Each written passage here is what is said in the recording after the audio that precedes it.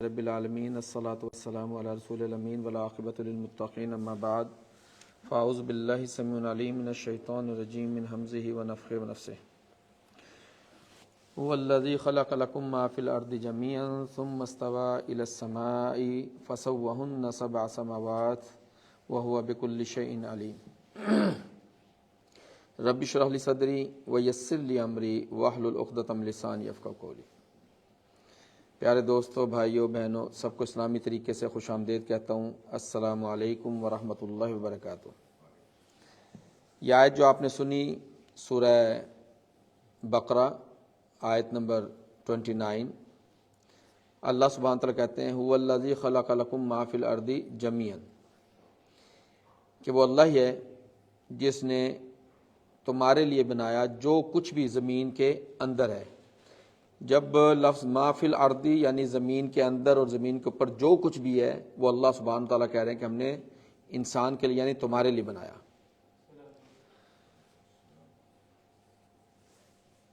ثم استوى الی السماء فسواہن سبع سماوات، پھر اللہ سبحانہ تعالیٰ آسمان کی طرف متوجہ ہوئے۔ ثم استوى الی السماء فسواہن سبع سماوات، اور اس کو 7 آسمان بنا دیا۔ وہو بکل شیء علیم، اور وہ ہر چیز کے جاننے والا ہے۔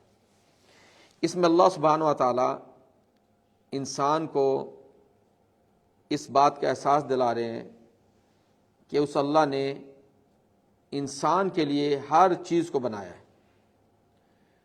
اور یہ جو کچھ بھی ہے، جو کچھ بھی اللہ نے بنایا ہے، اس کا ایک مقصد ہے، اور انسان کو سرو کرنا ان تمام چیزوں کا جو ہمارے آگے پیچھے نظر آ رہی ہیں، ان کا مقصد کیا ہے؟ ایک ہی مقصد ہے کہ یہ انسان کے لیے بنایا ہے، انسان کو سرو کرتی ہیں۔ وہ درخت ہیں، جانور ہیں، سورج ہے، چاند ہے، رات ہے، دن ہے، اور جو کچھ زمین کے اندر ہے، زمین کے اندر آگ ہے، پانی ہے، سب کچھ انسان کے لیے اللہ نے بنایا۔ تو سوال یہ پیدا ہوتا ہے کہ جب یہ سب کچھ اللہ سبحانہ و تعالیٰ نے انسان کے لیے بنایا ہے تو انسان کو کس لیے بنایا ہے؟ انسان کے بنانے کا کیا مقصد ہے؟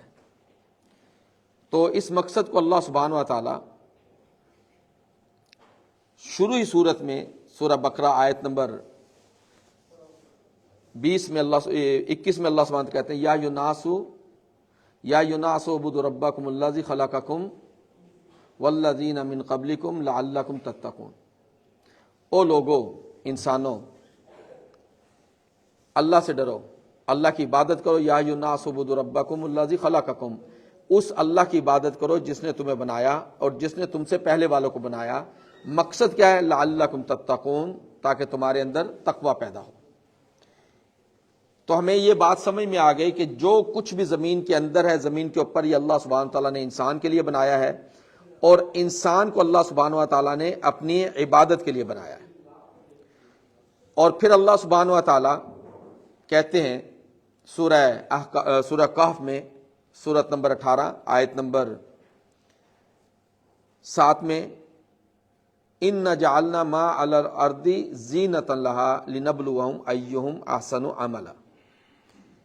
پھر دوسری بات جو دوسری انفارمیشن کے اللہ سبحانہ تعالیٰ دے رہے ہیں کہ اِنَّ جَعَلْنَا مَا عَلَى الْأَرْضِ زِینَةً لَهَا، جو کچھ بھی زمین کے اوپر ہے، اب زمین کے اندر کا ذکر نہیں ہے، زمین کے اوپر جو کچھ بھی ہے یہ اللہ نے اس زمین کی خوبصورتی بنائی ہے۔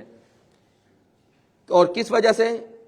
تاکہ وہ ہمیں آزمائے، یعنی یہاں پہ لیبلوہم، تاکہ اللہ سبحانہ کہہ رہے ہیں کہ تاکہ ہم انہیں آزمائیں کہ ان میں سے کون ہے جو اچھے اعمال کرتا ہے۔ اب اچھے اعمال عبادت کے ساتھ جڑے ہوئے ہیں کہ جو بھی ہم عمل کرتے ہیں اللہ کو راضی کرنے کے لیے وہ عبادت ہوتا ہے، اور اللہ نے ہمیں بنایا ہے عبادت کے لیے۔ پھر اللہ سبحانہ و تعالیٰ نے جب یہ سورہ بقرہ میں ہمیں یہ بات واضح کی کہ ہر چیز جو بھی اللہ نے بنائی اس کا مقصد ہے کہ انسان کو سرو کرے، یہ انسان کے لیے ہے، اور انسان کو اللہ نے بنایا کہ وہ اللہ کا تقوی اختیار کرے، اللہ کی عبادت کرے۔ پھر اللہ سبحانہ و تعالیٰ کہتے ہیں سورہ آل عمران، سورت نمبر 3 اور آیت نمبر 91 اس میں اللہ سبحانہ وتعالیٰ کہتے ہیں وَلِلَّهِ مُلْكُ السَّمَاوَاتِ وَالْأَرْضِ، اور اللہ ہی کی بادشاہی ہے آسمانوں اور زمینوں کی، وَهُوَ عَلَى كُلِّ شَيْءٍ قَدِيرٌ وَاللَّهُ عَلَى كُلِّ شَيْءٍ قَدِيرٌ، اور اللہ ہر چیز پر قدرت رکھتا ہے، اللہ ہر چیز پر قدرت رکھتا ہے۔ پھر اللہ سبحانہ وتعالیٰ کہتے ہیں اِنَّ فِي خَلْقِ السَّمَاوَاتِ وَالْأَرْضِ وَاخْتِلَافِ اللَّيْلِ وَالنَّهَارِ لَآيَاتٍ لِأُولِي الْأَلْبَابِ۔ اب اللہ سبحانہ وتعالیٰ ہماری طرف متوجہ ہو رہے ہیں کہ ہم نے یہ سب کچھ بنانے کے بعد اور جو کچھ بھی ہے وہ زمین و آسمانوں کی ساری بادشاہی وہ اللہ نے اپنے سپرد لی کہ یہ میری بادشاہی ہے، اور پھر کہا کہ اِنَّ فِي خَلْقِ السَّمَاوَاتِ وَالْأَرْضِ، بے شک آسمان اور زمینوں کی تخلیق میں، وَاخْتِلَافِ اللَّيْلِ وَالنَّهَارِ، اور رات اور دن کے اختلاف میں، یعنی رات وہ اختلاف کرتی ہے دن سے کہ رات اندھیرے کو لے کر آتی ہے دن کے مقابلے میں، پھر دن اختلاف کرتا ہے اور وہ اندھیرے کے مقابلے میں رات کو لے کر آتا ہے۔ یہ ساری نشانیاں ہیں کن کے لیے؟ عقل والوں کے لیے، یہ ساری نشانیاں عقل والوں کے لیے۔ پھر اللہ سبحانہ وتعالی ہم سے کہلواتے ہیں ربنا ما خلقت هذا باطلا سبحانک فقنا عذاب النار، کہ ہمارے رب ما خلقت هذا باطلا، یہ جو کچھ بھی تو نے ہمارے لیے بنایا ہے اس کو مطلب باطل ایسے بغیر مقصد نہیں بنایا، بغیر مقصد پیدا نہیں کیا۔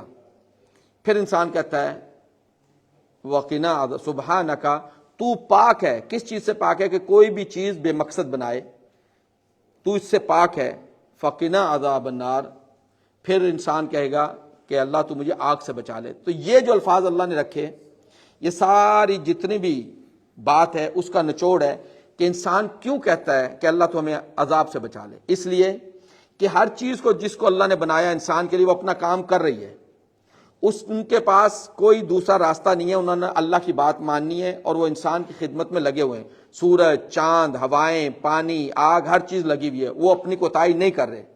لیکن چونکہ انسان کو اللہ نے کس لیے بنایا، یا ایھا الناس اعبدوا ربکم الذی خلقکم والذین من قبلکم، اے انسانوں اللہ کی عبادت کرو۔ اور ہم جب اللہ سے کہتے ہیں فقنا عذاب النار کہ اللہ نے سب کچھ ہمارے لیے بنا کے ہم سے صرف کیا ڈیمانڈ کی ہے کہ ہم اللہ کی عبادت کریں، کہ ہم اللہ کی عبادت کریں، اور اس نے ہمیں بنایا اور ہم سے پہلے والوں کو بنایا، اور مقصد یہ کہ عبادت کریں اور تقوی حاصل کریں۔ تو ہم اللہ سے کہہ رہے ہیں کہ فقنا عذاب النار، اللہ تمہیں عذاب، آگ کے عذاب سے بچا لے۔ تو مطلب کیا ہے اس کا؟ مطلب یہ ہے کہ ہم جس مقصد کے لیے اللہ نے ہمیں پیدا کیا ہم وہ مقصد پورا نہیں کر پا رہے، ہم وہ مقصد پورا نہیں کر پا رہے۔ اور یہ سورہ بقرہ اور سورہ آل عمران کے اندر اللہ سبحانہ و تعالیٰ نے میکسیمم جو حرام حلال عبادات، نماز کا حکم، روزوں کا حکم، حج کا حکم، زکوٰۃ کا حکم، سب کچھ دے دیا، شادی بیاہ کا بھی بتا دیا، اور ان سب کے اندر اللہ نے کیا رکھا ہے کہ یہ اللہ اور اللہ کے رسول کی اطاعت کرو، وَأَطِیعُوا اللَّهَ وَالرَّسُولَ لَعَلَّکُمْ تُرْحَمُونَ، اور اطاعت کرو اللہ کے اور اللہ کے رسول کی تاکہ تم پہ رحم کیا جائے۔